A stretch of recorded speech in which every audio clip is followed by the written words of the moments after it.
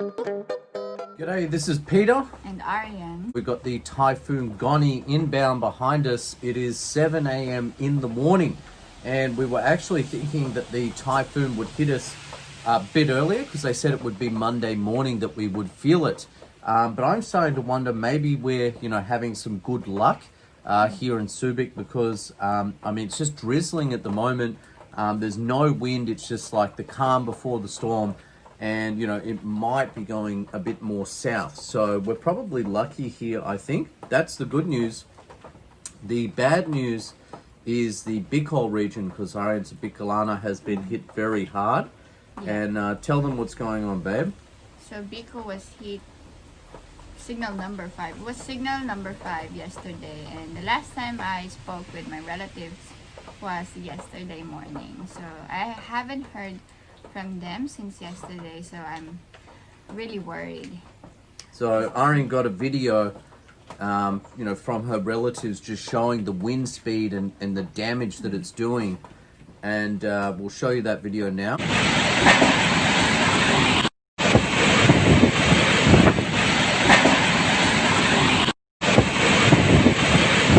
The video, that's what's going on. That's the last message that Arian got from her family, and the wind is just really strong in Bicol, and she's very worried because apparently Bicol has been hit.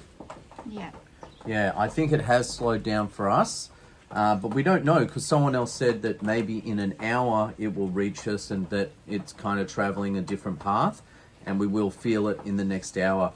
We went down to the shops because it's my birthday actually, and there's nothing open. Like, everything's taped up, the glass is taped up, people are trying to tie down their houses, and we were in Pundarkit yesterday afternoon showing you that. Actually, we were going to stay in Pundarkit last night, but because it's on the waterfront, we didn't. Being on the ocean front, we were a little bit concerned, and we wanted to make preparations here in Subic. So we're back here, but not doing much on my birthday, just weathering the storm.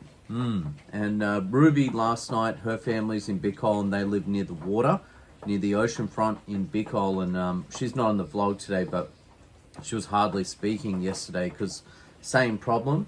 Arian can't reach her family, Ruby can't reach her family, and it's been more than one day now and they've had no communication.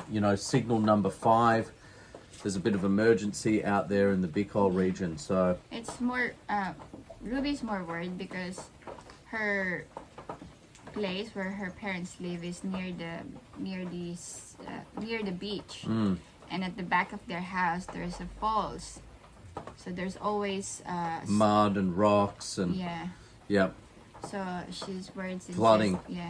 It's always flooding in there. And there's some news coming out already that there's like lots of flooding, and you can just see like mud floods coming through houses at like rooftop height, and big stones moving through the water, and that's the sheer force of the wind and the rain and the water in that region. So it's very, very scary. We're seeing a lot of things coming out at the moment. It's Ruby hasn't hardly said 2 words to me last night and again this morning, so I can understand why.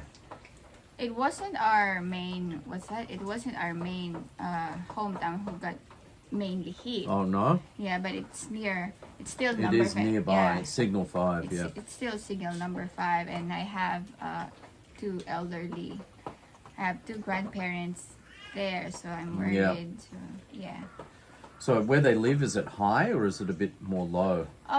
Where their house is concrete, so they have 2 floors. But I mean, if there's big floods, I remember we got flooded. I almost actually got drowned when That's I was scary. Wow. But that was God. a long time I'm ago. glad you didn't. I almost got drowned. I remember myself sitting beside a pig, and because they're trying to save the cows and the pigs, and I was sitting beside a pig, shaking because it's really cold. Oh my God. Oh. I was 2 years old that time. So pray for Bicol, pray for the Philippines with this Typhoon Goni. It is not over yet. We will be filming here to see, will the wind speed pick up or will it just pass us and go further down south? Not sure, not quite sure yet. We're hoping it just passes us by and all good, double thumbs up. But yeah, it's definitely a worry. It's not over yet. The other worry is actually you got, Goni, which is like the first super typhoon coming through. You got this super coming through, but behind it is another one that apparently Goni is going to go south, and then you've got Typhoon Rolly, which will roll in afterwards, probably a few days later. And they're talking that will go north, and that we are in the direct path. And the wind speeds of these typhoons out to sea are as high as 300 plus kilometers per hour. Now, obviously, when it makes landfall, that's going to break the speed, and it is going to slow down. So the advantage we have out here in Subic is, all the trees, all the hills, everything.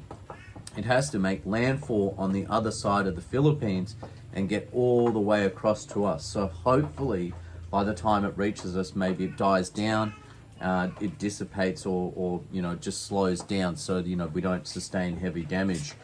I've got 2 big trees in the yard, and actually we've been through some storms, and we've seen a lot of houses in our local area, and also Binuktikan, so Kalayaan and in Binuktikan, whereby in big typhoons and storms, the trees do come down and they smash the house. It's a complete rebuild needed, and in a lot of cases, will insurance cover it? Will they not? I mean, who knows? We're in the Philippines.